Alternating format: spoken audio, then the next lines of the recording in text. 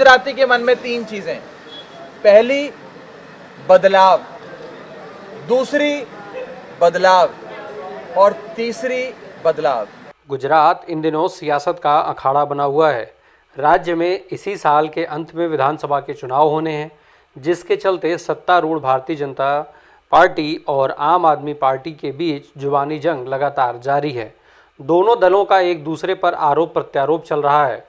राज्य में चुनावों के मद्देनज़र आप द्वारा की जा रही मुफ्त सुविधाओं की घोषणा हो, लोगों से किया जा रहा संवाद कार्यक्रम हो या फिर ऑटो ड्राइवर के घर खाना खाने का मुद्दा, पार्टी लगातार सुर्खियों में बनी हुई है।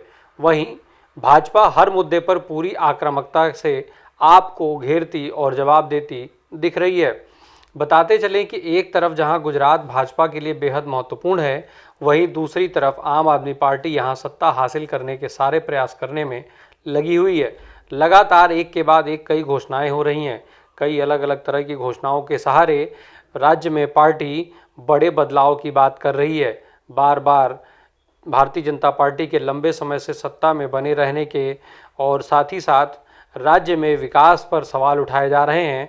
तो इसी के साथ आम आदमी पार्टी कई बदलावों के सहारे राज्य को पूरी तरीके से बदलने और विकास के क्रम में तेज गति से आगे लाने की बात कर रही है। पार्टी के तमाम बड़े नेता राज्य का दौरा कर सियासी जमीन तैयार करने में लगे हैं। आप के संयोजक व दिल्ली के मुख्यमंत्री अरविंद केजरीवाल और उप मुख्यमंत्री मनीष सिसोदिया कई बार गुजरात का दौरा कर चुके हैं। मनीष सिसोदिया को पार्टी ने यहां का प्रभारी और राज्यसभा सांसद राघव चड्ढा को सह प्रभारी बना चुनाव जितवाने का जिम्मा सौंपा है। गुजरात दौरे पर पहुंचे राघव चड्ढा का यहां भव्य स्वागत हुआ।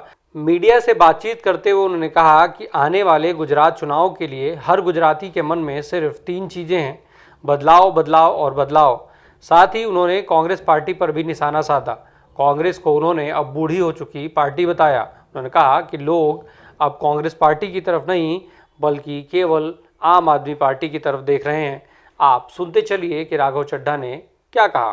देखिए, आज आम आदमी पार्टी और अरविंद केजरीवाल जी की ओर से मुझे गुजरात के सह प्रभारी की जिम्मेदारी मिली है। ये मेरा सौभाग्य है कि गुजरात की धरती पे बदलाव के लिए काम करने का मौका मुझे मेरी पार्टी ने, मुझे मेरे नेता अरविंद केजरीवाल जी ने दिया है। भगवान से प्रार्थना करता हूं कि मुझे इतनी शक्ति और इतना बल दें कि मैं ईमानदारी की राह पे चल के जो पार्टी की मुझसे उम्मीदें हैं, जो लोगों की मुझसे उम्मीदें हैं, उन उम्मीदों पे खरा उतर सकूं। आज 27 साल के भाजपा के शासन के बाद गुजरात के लोग ऊब गए हैं। आज हर गुजराती के मन में आने वाले विधानसभा के चुनाव को लेकर सिर्फ तीन चीजें हैं। हर गुजराती के मन में तीन चीजें, पहली बदलाव, दूसरी बदलाव और तीसरी बदलाव।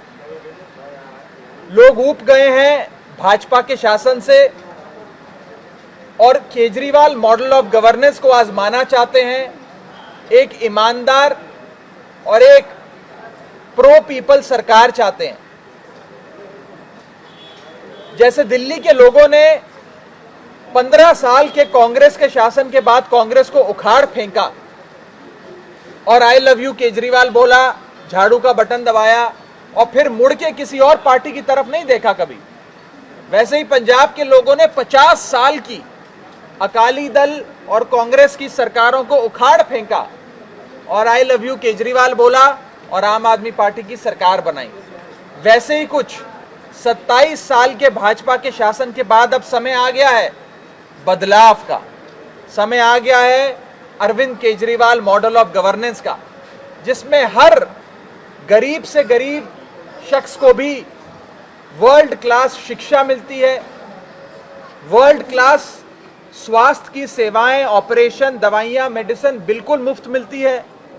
हर बच्चे को अच्छी शिक्षा मिलती है, वो गरीब से गरीब मजदूर का बच्चा हो या बहुत बड़े जज का बेटा हो, एक बेंच पे बैठ के एक क्लास में A1 फर्स्ट क्लास शिक्षा ग्रहण करते हैं।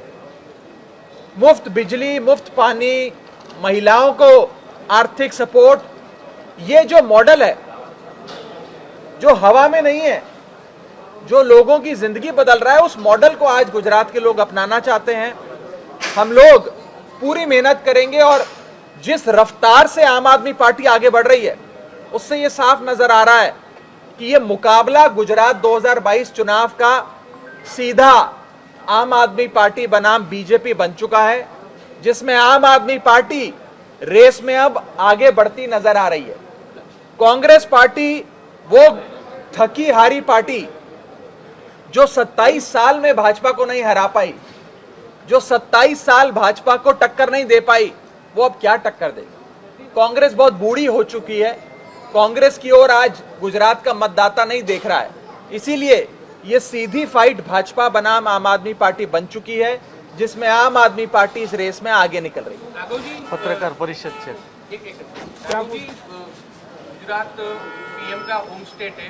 दूसरी बात, उत्तर प्रदेश और उत्तराखंड दोनों में आम आदमी पार्टी ने टक्कर दी, लेकिन वहां पे कुछ काम नहीं हुआ, कोई बात नहीं बनी।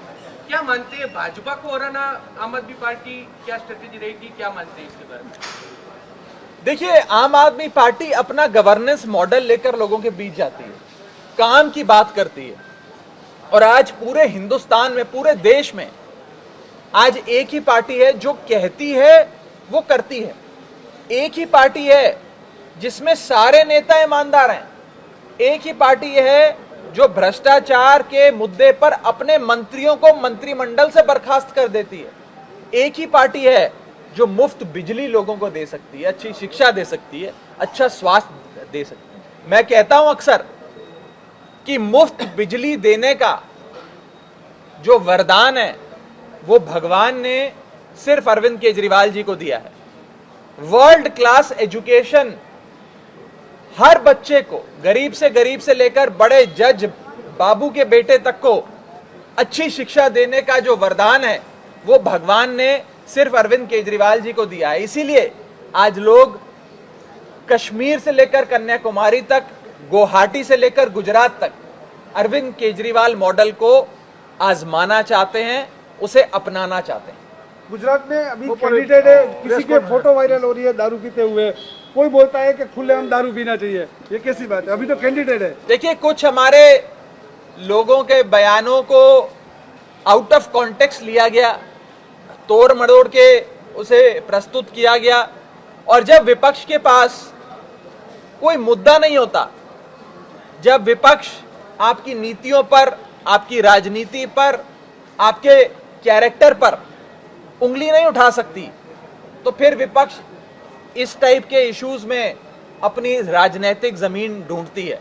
मैं तो कहता हूं, जितना हमला भाजपा गुजरात की इकाई आम आदमी पार्टी पे करती है, चाहे वो हमारे दफ्तर पे रेड हो, चाहे वो हमारे बड़े से बड़े पद अधिकारी से मार पिटाई हो, हमारे साथी मनोज की पिटाई करके उसका सर फोड़ना हो, ये सारी चीजें दिखाता है कि भाजपा घबराई हुई है, डरी हुई है।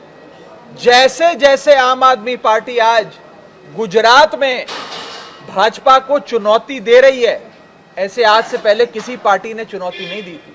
इसीलिए बीजेपी डरी हुई है, और ये बीजेपी की बौखलाहट और डर है जो आज उनसे ये काम करवा रहा है।